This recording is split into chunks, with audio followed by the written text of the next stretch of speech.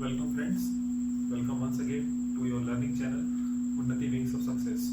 Last time हमने practice set 1 discuss किया था और अब हम इसी कड़ी में आगे और क्वेश्चंस लेके आए हैं प्रैक्टिस सेट 2 में।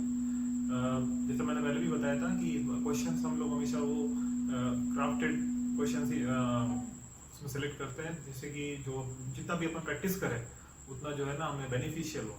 इसलिए इन क्वेश्चंस को आप ध्यान से देखिए और इसके अलावा और इससे जुड़े और क्वेश्चंस भी करें, और इसके अलावा भी अगर कोई आपका डाउट हो तो जरूर हमारे कमेंट सेक्शन में लिखें।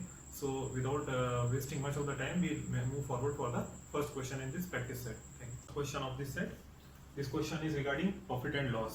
ठीक है, तो ये जो क्वेश्चन है, जैसे कि सबसे पहले इसकी प्रॉब्लम को हम अच्छी तरीके से पढ़ेंगे। क्या कह रहा है ये?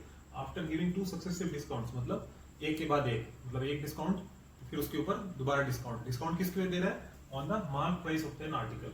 Mark price of an article क्या होता है? जो उसके ऊपर आर्टिकल के ऊपर छपा होता है। ठीक है, तो mark price of an article के ऊपर 2 बार X% का उसने डिस्काउंट दिया। ठीक है, टोटल डिस्काउंट हुआ कितना? 259.2 रुपीज। ठीक है, मार्क प्राइस हमें गिवन है कितना है? 720 रुपीज है। तो हमें ये X% जो डिस्काउंट दिया है ना, वो उसका X% हमें निकालना है।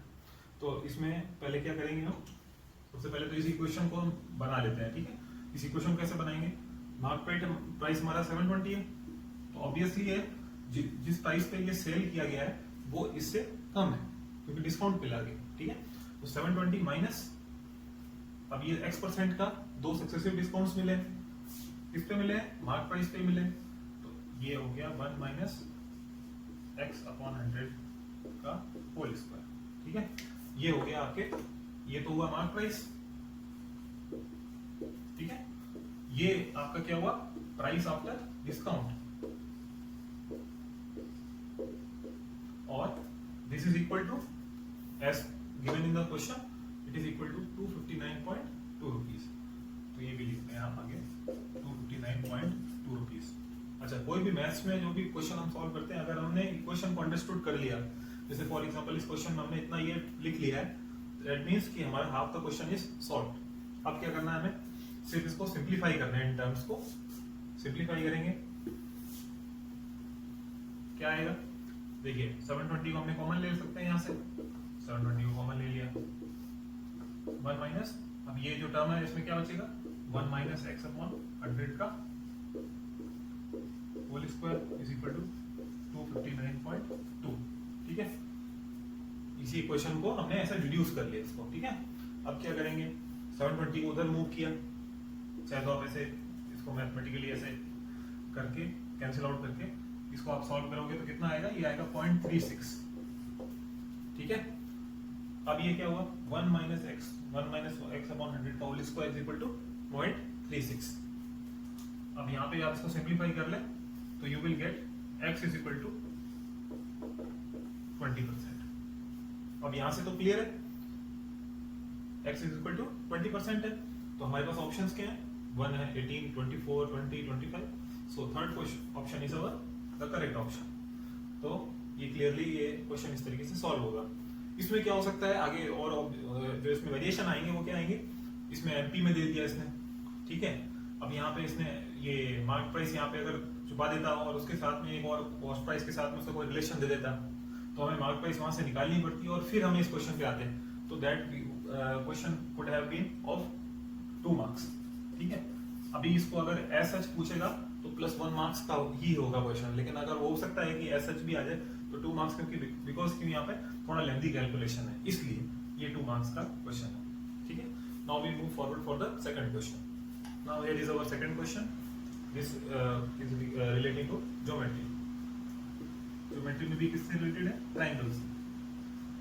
ठीक है, और इसमें क्या बता रहा है ये क्वेश्चन में? In a triangle ABC, angle B is equal to 15 degree, D is a point on BC such that BD is equal to AD। अच्छा, ज्योमेट्री में हमें कुछ ऐसा समझना नहीं है लैंग्वेज से, हमें सीधे उसका सबसे पहले उसका फिगर ड्रॉ करना है। तो फिगर अगर हमने इसमें ड्रॉ कर दिया than half the question is solve. ठीक है ना, जैसे मैथ्स में और कोई क्वेश्चन होता है तो इक्वेशन बनाते हैं, तो इक्वेशन बनाने से क्वेश्चन मतलब आधा सॉल्व हो जाता है। वैसे ही ज्योमेट्री है, ज्योमेट्री में क्या है? इक्वेशन नहीं बनती, यहाँ पे बनता है फिगर, प्रॉब्लम फिगर। ठीक है, तो ABC, ट्रायंगल ABC हम पहले ड्रॉ कर लेते हैं, क्योंकि एंगल B हमें ध्यान है कि 15 डिग्री है, तो हम ऐसा बनाते हैं कि लगभग लगे कि हाँ 15 डिग्री है। ठीक है, ये एक ट्रायंगल हो गया, ठीक है, ये हो गया ए बी सी, ये ट्रायंगल ए बी सी हो गया। अब ये क्या कह रहा है, angle B is equal to 15 degree, तो ये एंगल जो है ये है 15 डिग्री का, ठीक है, ये 15 डिग्री एंगल हो गया। अब ये कह रहा है कि D is a point on BC, BC के ऊपर एक पॉइंट है कोई D, यहाँ पे ये D पॉइंट है जैसे, ये इस तरीके से है कि BD is equal to AD, मतलब ये BD एंड AD का उसको ज्वाइन कर लें, ये दोनों लाइंस इक्वल है, ठीक है। तो ये कह रहा है फाइंड एंगल ADC, हमें इस एंगल का पता करना। अब देखिए ये प्रॉब्लम कुछ इजी हो गई है, बहुत ज्यादा इजी हो गई है। कैसे? अब इसमें ट्रायंगल की केवल एक ही प्रॉपर्टी लग रही है, क्या कौन सी होगी, कि जो दो साइड्स होती हैं इक्वल, उनके दोनों करस्पॉन्डिंग जो एंगल्स होते हैं वो भी इक्वल होते हैं, यानी अगर ये 15 डिग्री है तो ये भी 15 डिग्री होगा, ठीक है। और इसमें देने की जरूरत नहीं है, ये एक तरीके से गिवन ही है, अगर AD और BD इक्वल दिया है तो इसका मतलब ये हुआ कि एंगल ABD, ठीक है, मैं लिख भी देता हूँ इसको, angle ABD is equal to angle BAD, ठीक है। अब ये गिवन होते ही क्या चीज हमें पता लगी, हमें पता लग गया ये एंगल, क्यों? क्योंकि ये तीनों जो सम होगा वो तो 180 डिग्री होगा ना, तो अगर ये 15 और 15 30 हुआ तो ये कितना होगा, 150 डिग्री होगा, ठीक है। अब ये 150 डिग्री होते ही हमारा क्वेश्चन ये लगभग सॉल्व हो गया। कैसे? ये एंगल एंड ये एंगल, क्योंकि this is a straight line, तो 150 और ये कितना होना चाहिए कि 180 हो जाए, ये होगा 30 डिग्री, तो आंसर है angle ADC is equal to 30 degree, ठीक है।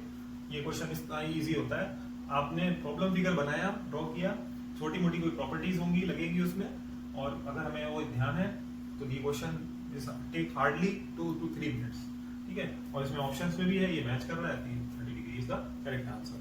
सो now we next go on to question number 3। So here is our question number 3, this is regarding time and work. ये क्वेश्चंस भी बहुत आते हैं एग्जाम्स में, और यहाँ भी जो क्वेश्चन है, क्योंकि थोड़ा सा ज्यादा लंबा है इसलिए मैंने एक लाइन इसकी स्किप करी है, इसलिए because we should get some space to discuss the question. So in our question वो क्या कह रहा है कि डेली वर्क कोई 2 मैन का जो है वो इक्वल टू 3 वुमेन है, मतलब जो 2 मैन जो किसी काम को करते हैं उसी सेम एफिशिएंसी में 3 वुमेन उसी काम को करते हैं, ठीक है। और it is also equal to 4 youngsters. तो पहले हमारी जो इक्वेशन हम बना लेते हैं, इनकी जो एफिशिएंसी वाइज जो एफिशिएंसी इक्वेशन है वो है 2 men is equal to 3 women, ठीक है, and is also equal to 4 youngsters, ठीक है। ये हमने M, W और Y जो है ना इनके फिक्स यूज कर लिए हैं ताकि थोड़ा इजी हो जाए। फिर वो क्या कह रहा है कि 14 men, 12 women and 12 youngsters जो है ना किसी काम को 24 दिन में करते हैं, ठीक है। ये जो है ना किसी काम को 24 दिन में करता है, ठीक है। तो पहले तो हम ये इसमें निकाल लेते हैं कि अगर इसको, हाँ पहले आगे वाले क्वेश्चन की जो लाइन है वो डिस्कस कर लेते हैं। वो लाइन ये है कि अगर सेम वर्क को जो 24 दिन में जो किया है, अगर उसी काम को हमें 14 दिन में करना है तो हमें कितने एक्स्ट्रा लोगों की जरूरत पड़ेगी अगर सिर्फ और सिर्फ मैन ही अवेलेबल है, ठीक है। हम वुमेन नहीं है हमारे पास अवेलेबल, हमारे पास यंगस्टर्स अवेलेबल नहीं है, हमें सिर्फ मैन ही चाहिए। तो हमें क्या करना पड़ेगा, इस इक्वेशन का इस्तेमाल करके जो ये पूरा सिनेरियो है ना उसको कंप्लीट करना पड़ेगा मैन के पर्सपेक्टिव से, कि अगर मैन होते सिर्फ तो ये काम कैसे होगा, कैसे होगा कंप्लीट। ये देखिए 14 मैन है, ठीक है, प्लस 12 विमेन है, 12 विमेन है मतलब 3 वुमेन का तो एफिशिएंसी 2 मैन के बराबर है, तो 12 विमेन की एफिशिएंसी कितनी होगी, 4 से दोनों साइड मल्टीप्लाई करती है यानी 8 मैन के बराबर होगी एफिशिएंसी। फिर 12 youngsters, 4 youngsters is equal to 2 man, तो 12 यंगस्टर यानी दोनों साइड 3 से मल्टीप्लाई करती है यानी 6 मैन। तो ये टोटल जो अभी काम कर रहे हैं, ये जो पब्लिक हमारी काम कर रही है 14 man, 12 women and 12 youngsters, that is equivalent to कितने man, 14 plus 8 22 and plus 6 28 man. मतलब अभी जो हमारी वर्क फोर्स जो काम कर रही है that is equal to 28 man. मतलब जो 28 मैन एक साथ काम करते हैं उसको आप चाहे 28 मैन एक साथ ले लो, चाहे आप ये वर्क फोर्स पूरी बिल, ठीक है। तो ये जो वर्क फोर्स है वो कितने दिन में काम कर रही है? 24 दिन में, ठीक है। और हमें काम कितने दिन में करवाना है? 14 डेज में। और उसमें एक्स्ट्रा कितने लोग लगेंगे वो हमें पता नहीं है, हम उसको ले लेते हैं x, ठीक है। अब हमारे पास ये इक्वेशन बन गई, ये इक्वेशन बनते ही इक्वेशन सॉल्व हो गया। कैसे? x 14 से ये गया 2 टाइम्स, तो x कितना है? 48। और जैसे ही 48 आया हमारे पास 28 मैन तो ऑलरेडी है, मतलब 28 मैन के बराबर जो वर्कफोर्स है वो काम कर रही है। एक्स्ट्रा सिर्फ मैन अवेलेबल है, तो 28 प्लस कितना हुआ? 20, यानी एक्स्ट्रा मैन जो जरूरत होंगे इसमें वो कितने होंगे? 20। ये हो गया इसका solution. So that was it. सिर्फ और सिर्फ क्या किया, पहली वाली जो इक्वेशन है उसको हमने एक फ्रेम कर दिया। अब इसमें क्या है, अगर ये इसको पूरे को कहते मैन के पर्सपेक्टिव में ना करके उसको वुमेन में करते तो भी हम इससे इंटरचेंजेबल है। अगर उसने कह दिया कि हमें सिर्फ वुमेन अवेलेबल है तो हम इसको क्या कर देंगे, ये वाली इक्वेशन को जैसे हमने मैन में कन्वर्ट किया हम इसको वुमेन में कन्वर्ट कर देंगे और बस हमारे पास आ जाएगी इक्वेशन और इसको सॉल्व कर देंगे। That is it. Now we move forward for the fourth question. Now this is the question number 4 and this is related to mensuration. वैसे तो ज्योमेट्री का भी है, मेंसुरेशन भी कह सकते हैं। अब इसमें क्या कह रहा है, in a parallelogram length of parallel sides are 8.06 centimetre each, ठीक है। मतलब कि पैरेललोग्राम है, पहले ड्रॉ कर लेते हैं पैरेललोग्राम। पैरेललोग्राम क्या होता है, एक ऐसा फिगर है, एक क्वाड्रिलेटरल है जिसकी सारी जो साइड्स हैं वो पैरेलल है, ठीक है, आपस में जो अपोजिट साइड्स, ठीक है। ये और ये साइड पैरेलल है, इसी तरीके से ये और ये साइड पैरेलल है and they are equal as well in length. तो इसमें क्या लेंथ दे दिया है, 8.06 सेंटीमीटर दे रहा है, ठीक है। एक साइड की लेंथ 8.06 सेंटीमीटर है और वो क्या कह रहा है, परपेंडिकुलर डिस्टेंस, एक साइड का दूसरी साइड तक परपेंडिकुलर डिस्टेंस, यानी ये जो यहाँ से अगर कोई परपेंडिकुलर ड्रॉ करे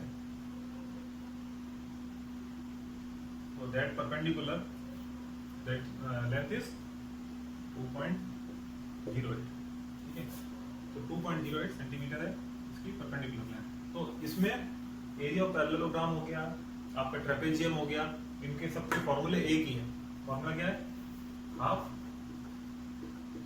सम ऑफ पैरेलल साइड्स, ये पैरेलल का साइन है, पैरेलल साइड्स का सम और their perpendicular distance, perpendicular distance. तो ये सम पैरेलल साइड की लेंथ हमें दी हुई है, परपेंडिकुलर डिस्टेंस दिया हुआ है, so we put that in the question in the solution। sum of parallel sides मतलब 8.06 है तो इसका 2 टाइम्स कर देंगे तो ये कितना होगा 16.12 into परपेंडिकुलर डिस्टेंस, ये दिया हुआ है फिगर में 2.08, ठीक है। इसको सॉल्व कर दें, ये आ गया 8.06। अब देखो यहाँ पे क्या है, ये थोड़ा सा कॉम्प्लेक्स मल्टीप्लिकेशन हो गया, लेकिन फिर भी हम इस पे क्वेश्चन में ये जो अपने ऑप्शंस दिए हुए हैं इसमें चेक कर सकते हैं। 8 into 2 16 ही होगा, ठीक है, और इससे ज्यादा तो होगा नहीं। तो ये लगभग ये हमारा ये क्वेश्चन, ये जो ऑप्शन थर्ड है वो इसमें मैच कर रहा है इस क्राइटेरिया में। So the third option is the correct one and this problem is like this, okay. What you have to remember is the geometry के जो भी या मेंसुरेशन के जो डायरेक्ट फॉर्मूलेज हैं वो हमें बस यहाँ पे रिमेंबर करना है। Now we move for the fifth question, move for the last question of this set. This question is related to ये जो टाइम, जो इनलेट्स होते हैं ना, इनलेट्स की अलग एक कैटेगरी होती है क्वेश्चन की। इसमें क्या है, इस क्वेश्चन में क्या कह रहा है, मैथन डैम है, इसमें 4 इनलेट्स हैं और उनमें से फर्स्ट 3 इनलेट्स जो है उस डैम को 12 मिनट्स में फिल करती है। सेकंड, थर्ड एंड फोर्थ है इनलेट को 15 मिनट्स में फिल करती है। इसी तरीके से फर्स्ट एंड फोर्थ इनलेट है जो 20 मिनट्स में फिल करती है। तो हमें ये बताना है कि अगर ये चारों इनलेट्स एक साथ ऑन की जाए तो how much time will it take to fill this dam, ठीक है। तो अब इसको हम इक्वेशंस में रिजॉल्व करते हैं। फर्स्ट 3 इनलेट्स पहले हम PQRS करके मान लेते हैं कि इनके फिलिंग टाइम है, ठीक है ना। अगर पहली 3 इनलेट्स हैं, मानिए 1/P 1/Q प्लस 1/R, ये 3 इनलेट्स मान लेते हैं। ये है ये वाली, वो 12 मिनट्स में फिल करती है, यानी 1 मिनट में कितना भरेंगे ये 1/12, ठीक है। Similarly second, third and fourth है 15 मिनट में भरती है, तो 1 by Q plus 1 by R plus 1 by S। ये कितने में भरती है? 15 मिनट में। Similarly first and fourth means ये 1 by S, ये कितने में भरता है? 1 by 20। मतलब ये तीन इक्वेशन बन गई। अब हम इन तीनों को ऐड अप कर लेते हैं, ठीक है ना। तो आप देखेंगे हर एक टर्म के 2 टाइम्स होगा। 1 by P 2 बार है, 1 by Q 2 बार है, इसी तरीके से 1 by R 2 बार है और 1 by S भी 2 बार है, ठीक है। तो ये होगा 2 टाइम्स ये चारों का सम 1 by P plus 1 by Q plus 1 by R plus 1 by S। और इन तीनों का आप करोगे, सॉल्व करोगे तो ये आएगा, देखिए 60 आएगा एलसीएम का, और ये आएगा 5 टाइम्स 4 और 3। इसको इस एक्सप्रेशन को सॉल्व करोगे तो ये आएगा 1 by 5, ठीक है। ये 2 को उधर ले जाए हम, तो 5 into 2 यानी 10। तो अगर चारों को हम एक साथ इनलेट को अगर हम ऑन करते हैं तो 110 मतलब 10 मिनट्स में ये पूरे को फिल कर देगा, यानी second option is the right one. So now we have come to the end of this practice set 2, ठीक है ना। ऐसे और प्रैक्टिस सेट हम धीरे धीरे पोस्ट करते रहेंगे और आप उसके साथ जुड़े रहें, जिससे कि जितनी भी नॉलेज है उससे जुड़ी हुई वो आप तक पहुंचे। आप कोई भी क्वेश्चंस हो, इस तरीके से कोई भी डाउट हो, एक सेट ऑफ प्रॉब्लम्स है, देखिए उससे बाहर कुछ नहीं होगा एग्जाम में भी। तो जितना ज़्यादा हो सके आप इससे मिलते जुलते जो भी मैं सवाल यहाँ डिस्कस कर रहा हूँ, या आपके पास अगर कोई आया ऐसा जिसे आप लगता है कि बहुत टफ है, उससे जुड़े हुए जितने ज़्यादा क्वेश्चंस आप सॉल्व करेंगे the more confidence you will build up. So from now I am signing off from now. So please like, comment and subscribe, and do visit my channel Unnati Wings of Success for future success in your exams. Thank you.